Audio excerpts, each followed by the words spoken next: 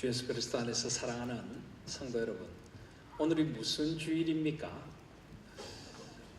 오늘은 저희 교단에서 선교 주일로 지키는 날이기도 하지만은 교회의 역사 또 교회력을 통해 보면 오늘은 성천 기념주일입니다. 성천 기념주일입니다.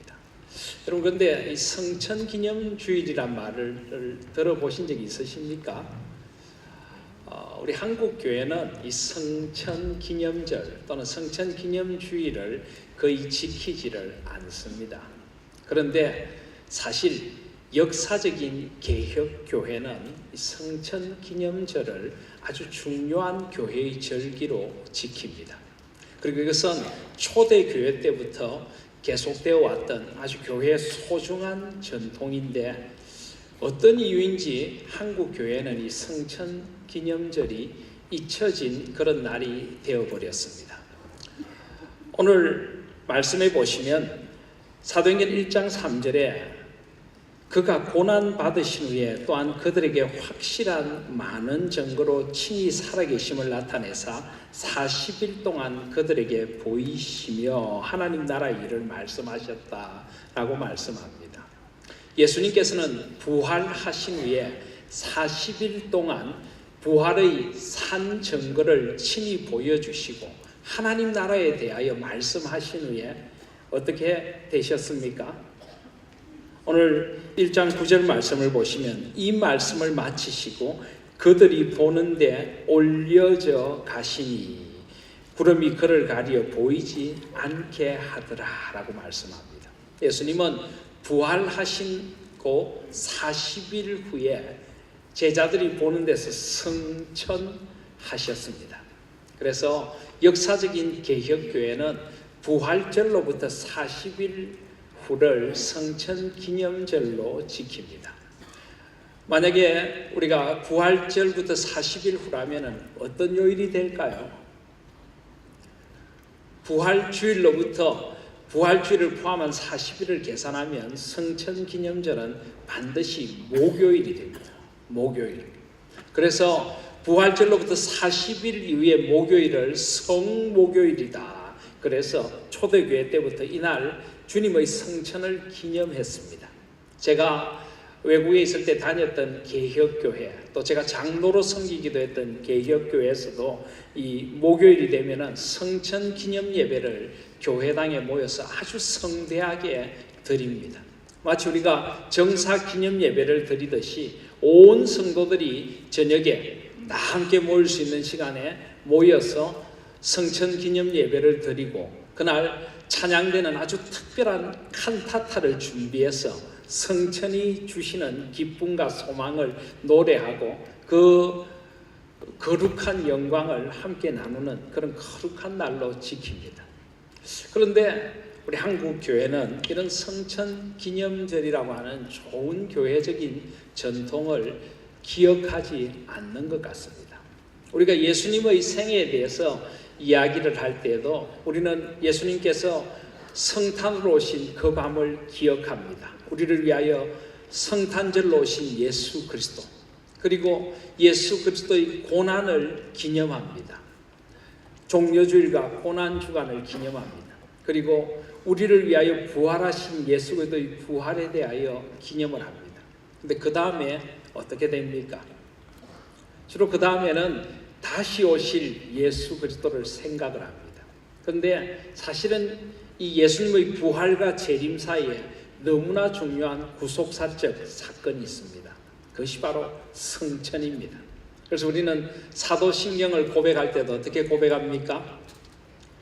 사흘 만에 죽은 자 가운데서 다시 살아나시고 그 다음에 어떻게 됩니까?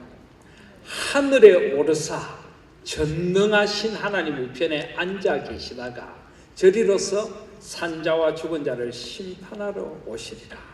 하늘에 오르사 전능하신 하나님 우편에 앉아 계시다가, 바로 이 부분이 예수님의 성천의 영광과 은혜를 우리에게 가르쳐주는 부분입니다. 이제 우리 한국 교회도 예수님의 성천이 주시는 이 부요함을 고백하고 또 누릴 필요가 있다는 생각을 하게 됩니다. 그래서 저는 우리 교회에서 성천 기념 주일을 오늘처럼 이렇게 앞으로 기념해서 지키려고 하는 것입니다.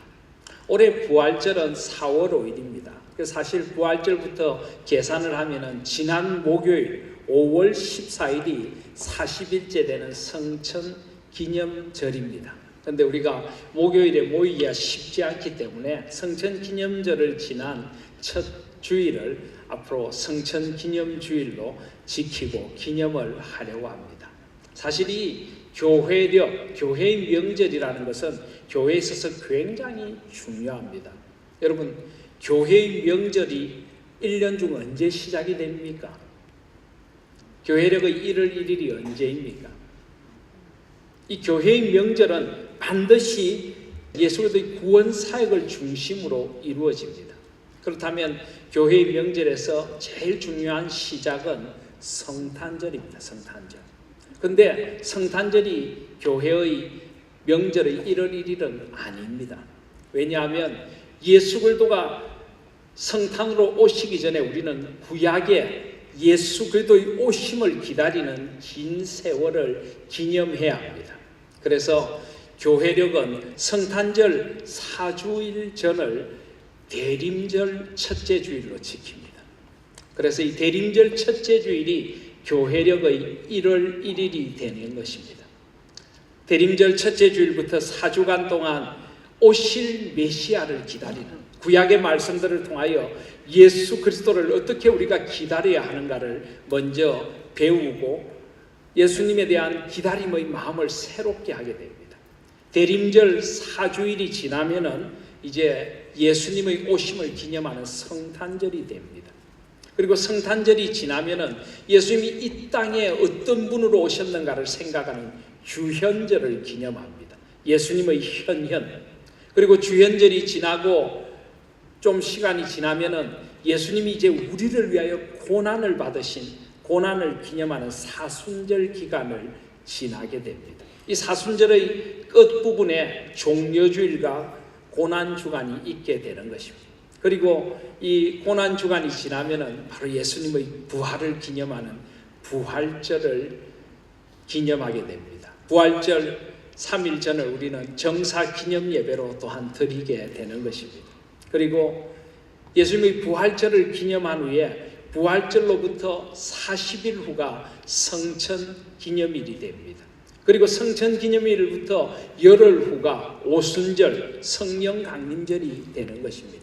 다음 주일이 성령 강림 주일입니다.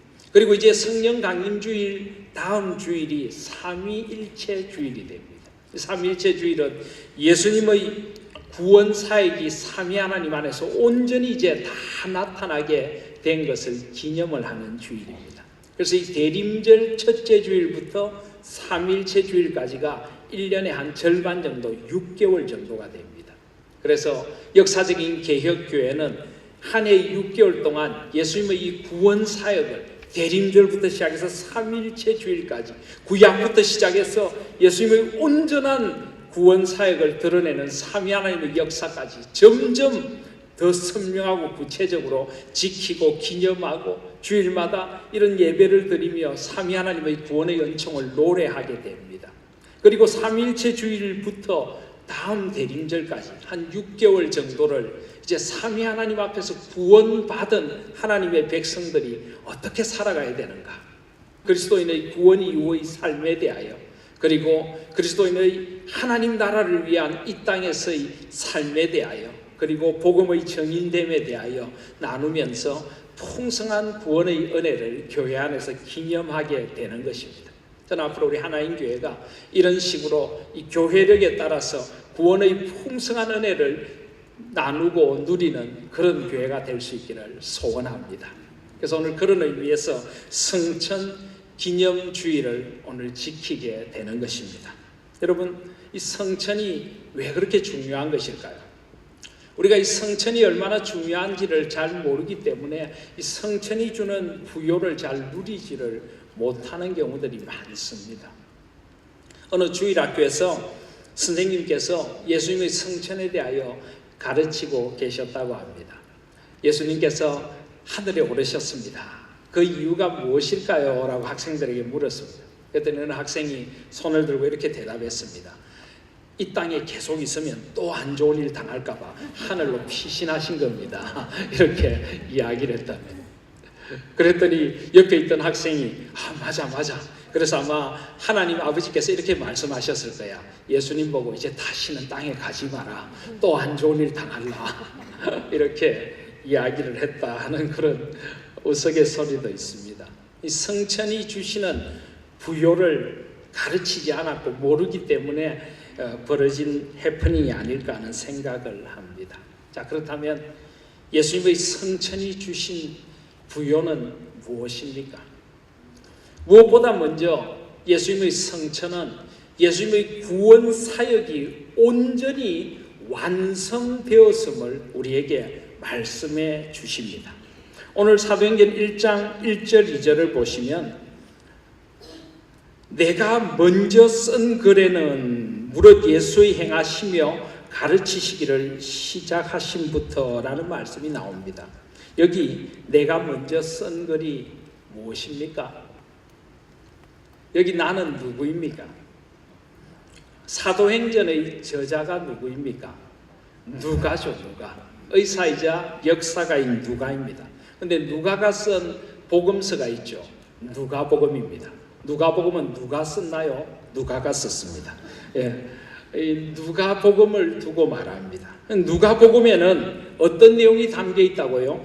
무릇 예수께서 행하시며 가르치시기를 시작하심부터.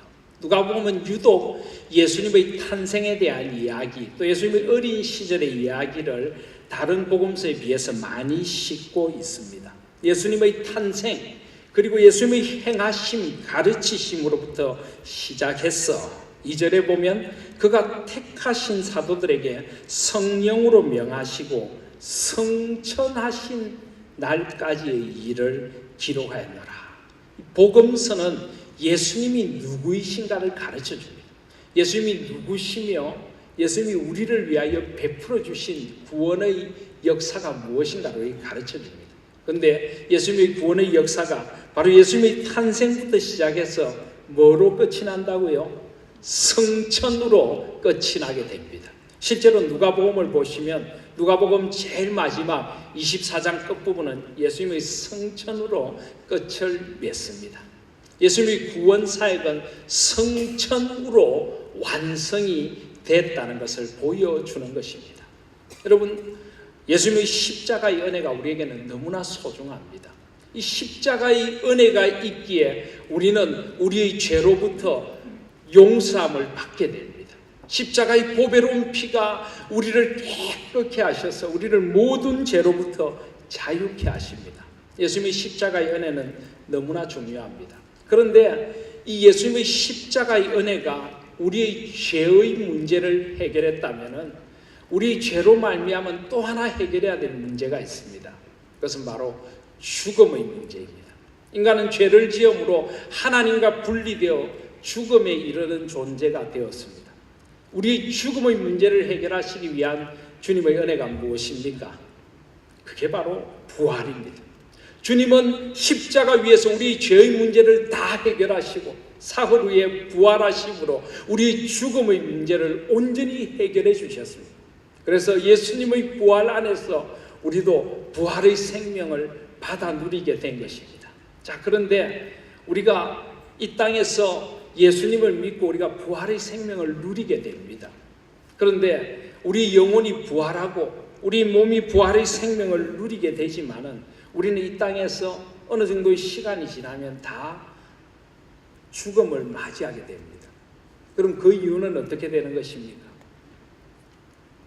우리에게는 영원한 영생의 삶이 기다리고 있는 것입니다. 우리는 하나님 안에서, 하나님 품 안에서 영원한 생명을 누리게 되는 것입니다. 바로 이 문제, 영원한 생명의 문제, 이 문제를 완성하신 것이 바로 성천이라고 성경은 말씀하고 있는 것입니다.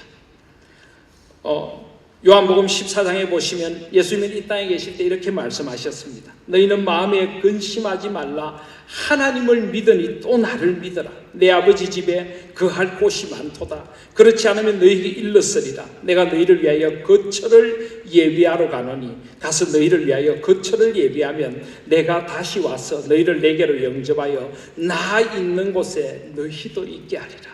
그렇습니다. 예수님께서 하늘로 올리우신 것은 우리를 위한 영원한 집을 예비하시고 우리를 그 하늘로 올리우도록 하시기 위하여 예수님께서 올리우신 것입니다. 여러분, 부활은 아무도 보지 않는 곳에서 일어났습니다. 부활의 신비로운 그 순간은 아무에게도 알려지지 않았습니다. 그런데 예수님께서 성천하신 것은 제자들이 보는 데서 예수님께서 제자들이 보고 있는 그곳에서 하늘로 올리우셨습니다. 이유가 무엇일까요? 그것은 바로 제자들이 보는 그곳에서 이제 영원한 하늘의 소망이 열려진다는 걸 보여주신 것입니다. 이 땅에서의 삶이 다가 아니라는 것입니다. 우리에게는 하나님 품 안에서 안식할 영원한 그곳이 있다는 것입니다. 이 문제까지 온전히 해결이 되어야 우리의 구원은 온전히 완성이 되는 것입니다. 그래서 성천은 우리에게 영원한 집이 있음을 예수님께서 직접 보여주시고 예수님께서 올려 가시면서 우리를 하늘로 올리신 사건이 바로 이 성천인 것입니다. 에베소서 2장 4절은 이렇게 말씀합니다. 긍휼이 풍성하신 하나님이 우리를 사랑하신 그 큰 사랑을 인하여 5절에 허물로 죽은 우리를 그리스도와 함께 살리셨고 6절에 또 함께 일으키사 그리스도 예수 안에서 함께 하늘에 앉히시니. 그렇습니다. 예수님께서 하늘에 올라가심으로 우리도 주님 계신 그 하늘에 올라갈 수 있는 그런 존재들이 된 것입니다.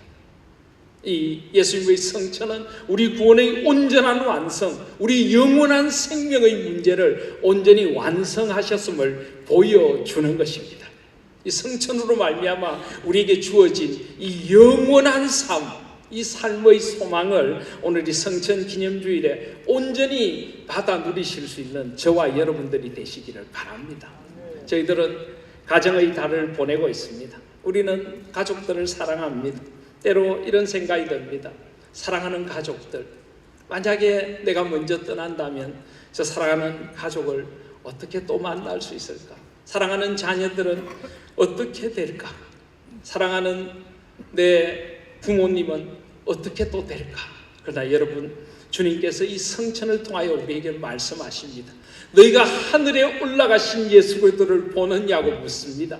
바로 그처럼 우리도 이 땅에서 눈을 감는 순간 하늘로 올리움을 받아서 하나님 품 안에서 영원한 안식을 누리고 사랑하던 가족들을 다시 만나게 될 것이라고 오늘 말씀 우리에게 약속하고 계신 것입니다.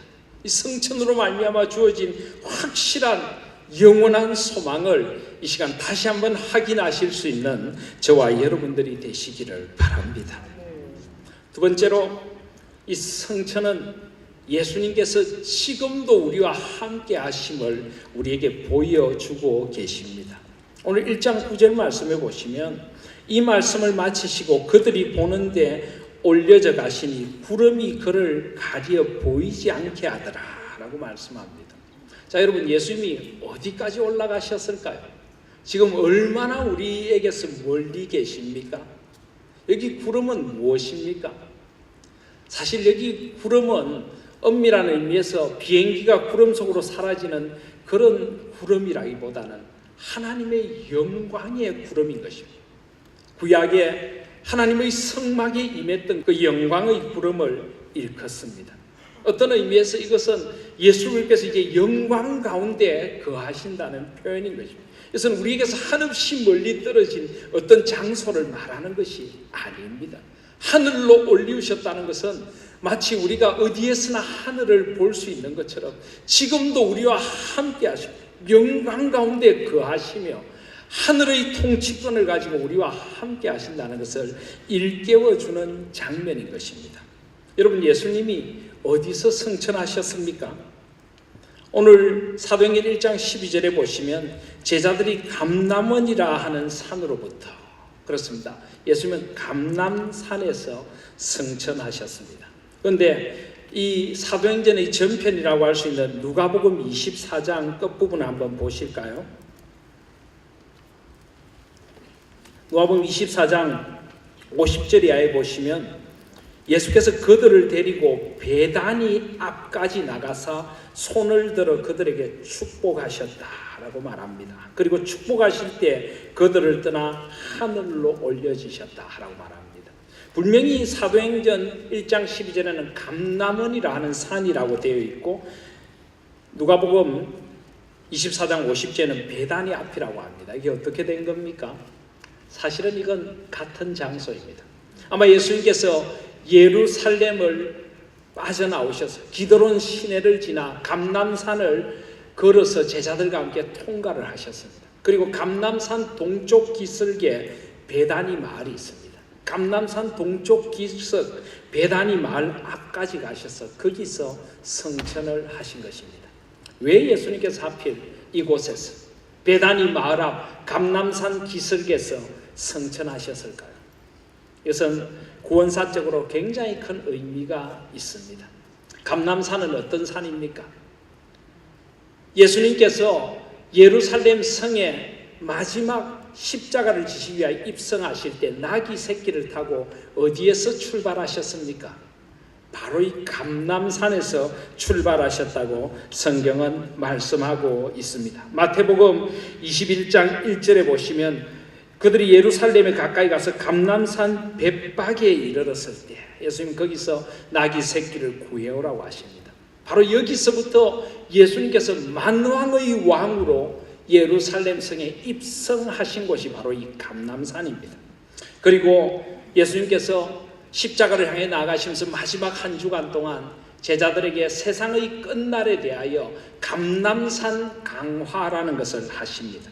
마가복음 13장 3절에 보시면 예수께서 감람산에서 성전을 마주 대하여 앉으셨을 때 이야기를 시작하셨다라고 말합니다. 감람산은 예수님께서 참 선지자로서 세상의 끝날에 되어질 일에 대하여 마지막 가르침을 주신 곳입니다. 또 예수님께서는 잡히시던 그 밤에 감람산 서쪽 기슭에 있는 겟세마네에서 땀방울이 핏방울이 되도록 대제사장적인 기도를 하셨습니다. 마지막 자신을 제물로 드리시면서 내 뜻대로 마옵시고 아버지의 뜻대로 되게 하여 주시옵소서 기도하셨던 곳이 바로 이 감람산입니다. 감람산은 바로 예수 그리스도께서 만왕의 왕이시고 참 선지자시고 영원한 대제사장임을 보여주신 곳이 바로 이 감람산입니다. 예수님은 바로 그 감람산에서 성천을 하시면서 이제 예수님께서 만왕의 왕으로 참 선지자로 그리고 대제사장으로 하늘에 입성하심을 보여주신 것입니다. 예수님은 지금 무엇을 하고 계십니까? 우리는 사도신경에서 이렇게 고백합니다. 하늘에 오르사 전능하신 하나님 우편에 앉아 계시다가라고 고백을 합니다. 그렇습니다. 예수님은 전능하신 하나님 우편에 앉아 계십니다. 히브리서 1장 3절이 또 9장 12절이 또 10장 12절이 그렇게 증거를 하고 있습니다. 그런데 여러분 하나님 우편에 앉으신다는 게 뭘까요? 하나님에게도 오른쪽이 있고 왼쪽이 있습니까? 하나님이 중간에 계시고 오른쪽에는 예수님이 왼쪽에는 성령님이 앉아 계십니까? 그렇지 않습니다. 하나님은 우리와 전적으로 다른 존재이십니다. 우리가 방향을 생각하는 오른쪽 왼쪽 그런 것이 하나님에게는 존재하지 않습니다. 하나님은 어디에나 계시고 하나님은 온 세상에 충만하신 분이십니다. 그런데 왜 하나님 우편이라고 할까요? 이 오른쪽은 우리가 생각하는 그런 방향이라기보다는 하나님의 우편 보좌라고 하는 것은 하나님의 영광과 권위를 나타내는 것입니다. 하나님의 위엄을 나타내는 것입니다. 하나님 우편에 앉으셨다는 것은 이제 그분이 만왕의 왕으로 등극하신 것을 말씀합니다. 앉아 계셨다는 것도 마찬가지입니다. 주님이 앉아 계신다. 앉아 계시면서 무엇을 하십니까? 이제 모든 것이 다 끝나셨으니 안식하십니까? 아닙니다. 하나님께 앉아 계신다는 표현도 우리 인간적인 신인동형론적인 표현이지 하나님께서 앉아 계신다 우리는 이렇게 사실은 표현할 수가 없습니다. 그런데 여기 앉아 계신다는 것은 보좌에 좌정하신다는 것입니다. 그분이 진정한 왕이 되심을 선언하시는 것입니다. 그래서 하나님 우편에 앉아 계신다는 것은 예수 그리스도께서 진정한 역사의 주인이시고 만왕의 왕이시고 교회의 머리이시며 우리 인생의 주가 되시고 우리 가정의 주가 되심을 선언하시는 것입니다. 예수님은 이 땅의 구원 사역을 온전히 다 마치시고 우리의 죄와 죽음의 문제, 영원한 생명의 문제를 다 해결하시고 이제 만왕의 왕으로 등극하신 것이 바로 성천의 사건입니다. 이 성천을 통하여 예수님은 우리의 왕으로 그리고 세상 끝날까지 온 세상의 통치자로 세상을 다스리고 계십니다. 우리는 바로 그 예수 그리스도 안에서 한 생을 살아가는 존재들인 것입니다. 그래서 오늘 말씀해 보면 예수님께서 3절에 보시면 부활하신 후에 하나님 나라의 일을 말씀하시니라. 이제 우리는 이 땅에 있지만은 땅에 속한 존재가 아니라는 것입니다. 예수 그리스도와 함께 하늘에 올리운 존재가 되었다는 것입니다. 우린 땅의 것만 생각하는 사람들이 아니라 위의 것을 구하는 그런 존재로 바뀌게 되었고 만왕의 왕 되신 그분이 우리와 함께 하시고 영원히 함께 하신다는 것입니다. 또 예수님께서 무엇을 하고 계십니까? 요한일서 2장 1절에 보시면 나의 자녀들아 내가 이것을 너희에게 쓰면 너희로 죄를 범하지 않게 하려 함이라. 만일 누가 죄를 범하여도 아버지 앞에서 우리에게 대언자가 있으니 곧 의로우신 예수 그리스도시라. 지금도 예수님은 하나님 우편에서 우리를 위하여 기도하고 계십니다. 여러분 아십니까? 나를 위하여 지금도 눈물로 기도하고 계신 예수 그리스도가 계신다는 것을 아십니까? 나의 연약과 나의 아픔을 도우시고 나의 눈에 눈물을 닦으시며 하나님 우편에서 나를 위하여 간절히 기도하고 계시는 대제사장 예수 그리스도가 계십니다. 내가 죄의 유혹에 흔들릴 때 내가 흔들리지 않도록 기도하시는 예수님이 계시는 것입니다. 내가 혹시 실수하여 죄에 빠졌을 때라도 사탄의 고소를 막았으며 다시 한번 우리를 회복시키시고 우리 죄를 위하여 대언하시는 예수 그리스도가 지금 하늘에 계십니다. 그분이 바로 우리와 함께 하시는 성천하신 예수 그리스도이신 것입니다. 그분은 영원한 대제사장으로 지금도 나를 위하여 우리 교회를 위하여 우리 공동체를 위하여 기도하고 계시는 대언자가 되고 계십니다. 또한 그분은 성령 하나님으로 우리와 함께 하십니다. 오늘 4절 말씀해 보시면 예루살렘을 떠나지 말고 내게서 들은 바 아버지께서 약속하신 것을 기다리라 하십니다. 5절에 요한은 물로 세례를 베풀었으나 너희는 몇 날이 못되어 성령으로 세례를 받으리라. 그렇습니다. 지금도 성령 하나님을 이 땅에 보내주셔서 우리를 인도하시는 선지자가 되시는 것입니다. 말씀과 성령으로 우리를 인도하시고 우리가 어떤 삶을 살아야 될지 가르쳐 주시고 하나님 나라를 살아가는 것이 무엇인가를 우리에게 일깨워 주시는 그 일을 성천하신 주님이 성령 하나님을 통하여 말씀을 통하여 우리 가운데 하고 계신 것입니다. 사랑하신 여러분, 성천하신 주님은 그 성천의 영광과 부여로 저와 여러분과 함께 하신다는 것을 잊지 마시기를 바랍니다. 그래서 누가복음 24장에 보면 예수님은 성천하시면서 어떻게 성천하십니까? 누가복음 24장에 보시면 예수님께서 손을 들어 그들에게 축복을 하시며 성천하신다라고 말씀합니다. 이것은 구약의 대제사장적인 축복입니다. 여호와는 내게 복을 주시고 너를 지키시를 원하며 여호와는 그 얼굴로 내게 비치사 은혜 베푸시를 원하며 여호와는 그 얼굴을 내게로 향하여 드사 평강 주시기를 원하노라. 예수님은 바로 이 복과 은혜와 평강의 복을 우리에게 내려주시며 성천하셨습니다.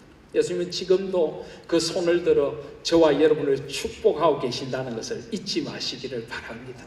하늘에 속한 신령한 복으로 지금도 우리에게 축복하고 계신 그 예수님의 손을 바라보실 수 있기를 바랍니다. 그래서 제자들은 그 예수님의 축복의 모습을 바라보면서 누가복음 24장 52절에 보시면 그들이 그에게 경배하고 큰 기쁨으로 예루살렘에 돌아가 늘 성전에서 하나님을 찬송하니라. 그들은 비로소 말할 수 없는 기쁨을 받아 누리게 되었습니다. 그들은 부활하신 예수님을 목도하고도 늘 불안했습니다. 부활하신 예수님을 함께 있으면서도 그들의 삶이 불투명하다고 생각했습니다. 그런데 이제 온전히 성천하신 주님, 그 축복의 손을 바라보며 이제는 더 이상 두려울 게 없는 것입니다. 예루살렘, 예수님을 못 박았던 그곳에서, 예수님을 심판했던 그 성전에서도 그들은 주님을 찬양할 수 있어요. 온전한 기쁨으로 주님을 노래할 수 있게 된 것입니다. 사랑하신 여러분, 우리가 이 땅을 담대히 살아갈 수 있는 것은 성천하신 주님이 우리와 함께 계시기 때문입니다.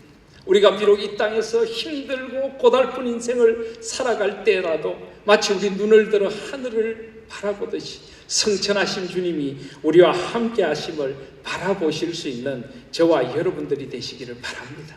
우리를 위하여 축복하시는 주님의 손 아래서 살아가실 수 있는 저와 여러분들이 되시기를 간절히 소원합니다. 주님은 우리와 함께 하십니다. 왜 베다니 마을 앞입니까? 베다니는 마음이 아픈 사람들이 살던 곳입니다. 베다니는 예수님께서 사랑하셨던 나사로와 마르다와 마리아가 사는 마을입니다. 아프고 힘든 이들과 함께 하시고 그들을 축복하시며 제자들이 보는 앞에서 이제 그들을 향해서 주님의 사랑과 복음을 들고 나가야 될 이들에게 소망이 무엇인가를 일깨워 주신 것이 바로 이 성천인 것입니다. 이 성천하신 주님 안에서 우리의 한 생을 주님의 축복의 손을 바라보며 살아가실 수 있는 저와 여러분들이 되시기를 바랍니다. 마지막으로 주님은 성천하시면서 부탁을 하셨습니다. 무슨 부탁을 하셨습니까? 8절에 보시면 오직 성령이 너희에게 임하시면 너희가 권능을 받고 예루살렘과 온 유대와 사마리아 땅끝까지 이르러 내 증인이 되라 라고 하셨습니다. 예수님의 성천을 목도한 제자들, 그 성천의 은혜 속에서 성령 하나님의 능력을 덧입은 제자들은 땅끝까지 나아가 주님의 증인이 되었던 것입니다. 그렇습니다. 주님의 성천의 은혜를 가슴에 안고 사는 사람들은 그 성천의 은혜를 누구인가 말하지 않을 수가 없습니다. 나에게 주신 그 구원의 부요를 입을 열어 말하지 않을 수가 없습니다. 지금도 예수 그리스도를 모르고 살아가는 사람들을 향한 아픈 마음이 그의 마음에 가득 차게 되는 것입니다. 주님의 증인이 될 수밖에 없는 것입니다. 사랑하시는 여러분, 여러분들의 삶에 성천의 부요가 나타나고 있습니다. 여러분을 만나는 사람들이 예수 그리스도의 증인으로 살아가고 있는 여러분을 보고 있습니까? 저 사람에게는 뭔가 다른 게 느껴져. 정말 저 사람과 함께하는 예수님이 느껴져. 그런 증인의 삶을 살아가고 계십니까?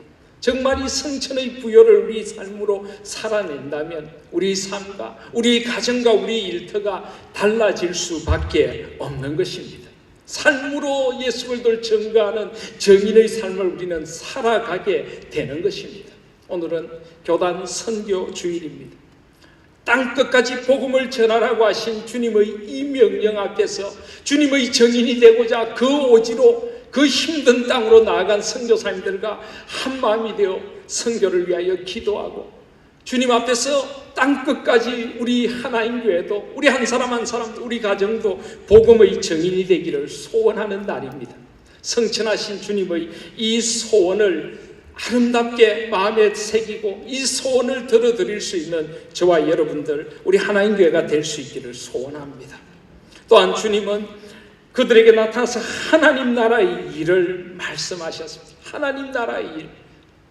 주님께서는 땅끝까지 우리 삶의 모든 자리가 하나님의 다스리시는 하나님의 나라가 되기를 원하십니다. 위의 것을 찾고 땅의 것을 구하지 않는 성천하신 주님과 함께 이미 영적으로 하늘로 올리는 존재로 우리가 살아가기를 원하시는 것입니다. 사랑하시는 여러분, 위의 것을 찾으시기를 바랍니다. 위의 것이 무엇입니까? 우리가 교회에서 예배를 드리는 건 위의 거고 세상에 나 사는 건 땅의 것입니까? 그런 이원론을 우리는 극복해야 합니다.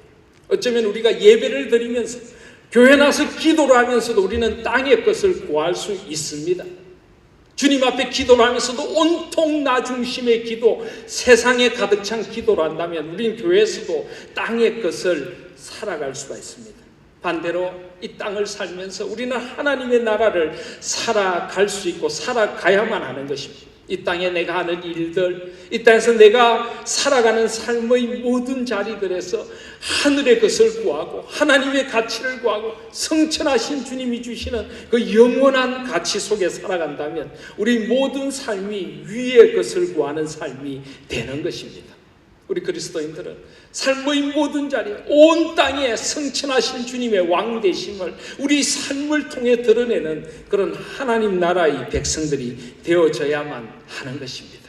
주님은 반드시 다시 오실 것입니다. 11절에 보시면 이르되 갈릴리 사람들아 어찌하여 서서 하늘을 쳐다보느냐, 너희 가운데서 하늘로 올려지신 이 예수는 하늘로 가심을 본 그대로 오시려 하였느니라. 우리는 이 거룩한 재림의 신앙을 안고 살아갑니다. 그렇습니다. 주님이 다시 오실 것입니다.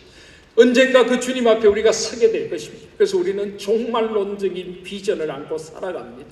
비록 이 땅에서 나의 삶이 힘들고 고달파도 주님의 나라를 살아가는 우리를 통하여서 하나님의 나라가 이루어져 가게 될 것을 우리는 믿습니다. 주님께서 우리의 눈에 눈물을 닦아주시고 우리의 하나님 나라를 위한 헌신과 수고를 통하여서 주님의 나라를 이루시며 잘하였도다 착하고 충성된 종아 칭찬해 주실 그날이 있음을 믿으며 우린 종말론적인 비전을 안고 살아갑니다.